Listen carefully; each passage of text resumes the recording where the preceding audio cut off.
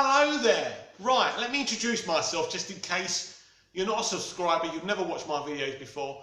My name's Mick. I'm an Iron Apple reality star who's currently developing the first English-speaking dramas on Cypriot television. I'm also very passionate about TV and films. Movies TV Mad on Twitter, Mick Meanus on Facebook, follow me, don't request me as a friend, and love movies and TV on Instagram. So today I want to talk about EastEnders. It's one of my pet subjects. Now, just because I work in television, I don't think I'm the almighty authority. It's just about opinions. Now, for over a decade now, I've been bitching about EastEnders, how mediocre it is, how the BBC have been running it down. Not running it down, just not doing the right things with it. So really, we need to go back in time. So if we go back in time to the moment Kate Harewood took over the show, that's when the mediocrity started. She came in, and now at first, she brought back Dirty Den because Steve McFadden was going to leave as Phil for a year. She needed to do something. They thought it would work. They did it. So now there was another showrunner there when Den first came back. And Phil and Den were playing off of each other. You had Dennis there. It kind of worked and it kind of was exciting. Once Phil left, there was a massive problem. They tried to go back to Den being this guy who sleeps with loads of young women. It didn't work. Leslie was a lot older. It wasn't believable. And even when Leslie Grantham years after was on the Jeremy Kyle show of all things, he said that the writing was crap and it just didn't work. Now, the reason they sacked him is because he was on a Skype kind of thing as Captain Hook getting his wonker out. So that's why he really left EastEnders.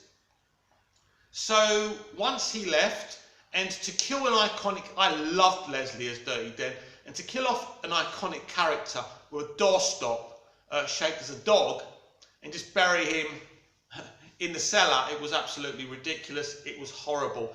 And the show became, very quickly under Kate Harewood, very mundane and very boring. And then she left. Now, I think after she left, if I remember rightly, it was Deirdre Santa who came in. Now, Deirdre Santa made EastEnders a fantastic show again. It was pacey, it was exciting. There was things going on. He did the whole, he brought Archie Mitchell in, one of the best villains the show's ever had. It worked. They did some great stuff with Ronnie and Archie. Sammy Womack was absolutely fantastic. And it really, really did work. And what happened was I moved to Cyprus at the time. I missed quite a bit. So I found a way to watch EastEnders and I realised that Deirdre wasn't there anymore. One of the things I hate about soaps, by the way, is how they change their showrunners so quickly in the space of 2 or 3 years. Now, in the American shows, as long as they're working, the showrunner stays. That's the big difference, and I think that works. But what they do in America, they work in a context of a writer's room. Now, they don't really do that on British TV. And in fact, Chris Chibnall, who's just taken over Doctor Who, is implemented a writer's room. That's really going to work well for Doctor Who. That needs a lot of major surgery as well. One of the things I've always said is that EastEnders needs major surgery. So anyway, Deirdre Santa left. So then they brought in Brian Kirkwood. Now, Brian's a great guy. He's a very clever storyteller. Both times he was at Hollyoaks, and he's currently there now, done amazing things. The BBC brought Brian in to kind of youth EastEnders up. So it wasn't going to be that social drama anymore. It was just it was going to be a bunch of good-looking kids in it. And this is what they tried to do. So they had Joey come in, didn't they? And they had Lauren and Joey together.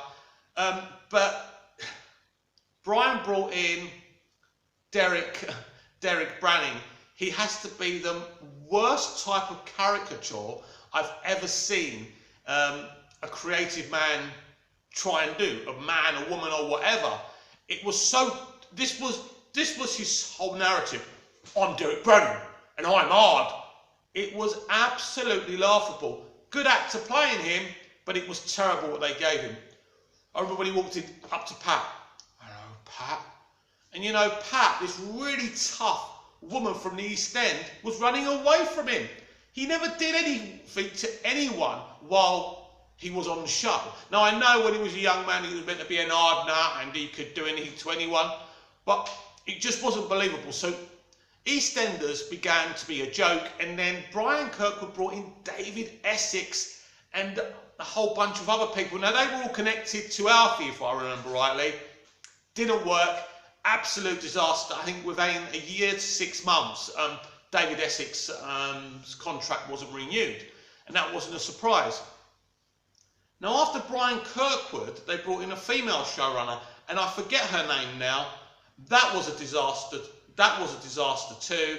That didn't work. Then they brought in Dominic Treadwell-Collins. Now, Dominic Treadwell-Collins is very popular with the fans because he was the story consultant during the Deirdre Santa era. So we were all thought something amazing was going to happen. Dominic Treadwell-Collins' era is proof a good storyteller, a good writer doesn't always make a good showrunner. So now this year we've had this man, Sean O'Connor, come in. Now Sean O'Connor and this year of EastEnders is something I was predicting from the Kate Harewood era. Kate Harewood's era was winning awards when he didn't deserve it because Coronation Street and Emmerdale weren't strong enough, so people were just gravitating to EastEnders because there was nothing better to watch. So we've had a terrible year this year. The story's been terrible. The characters haven't been fleshed out. One of the big problems is the characters he's brought in have been terrible. The existing characters have been terrible. No one's been fleshed out. The new castings haven't been great. And it's just become a bad impression of itself. So now EastEnders is at the stage where they're so desperate to fix this show because it's so bad.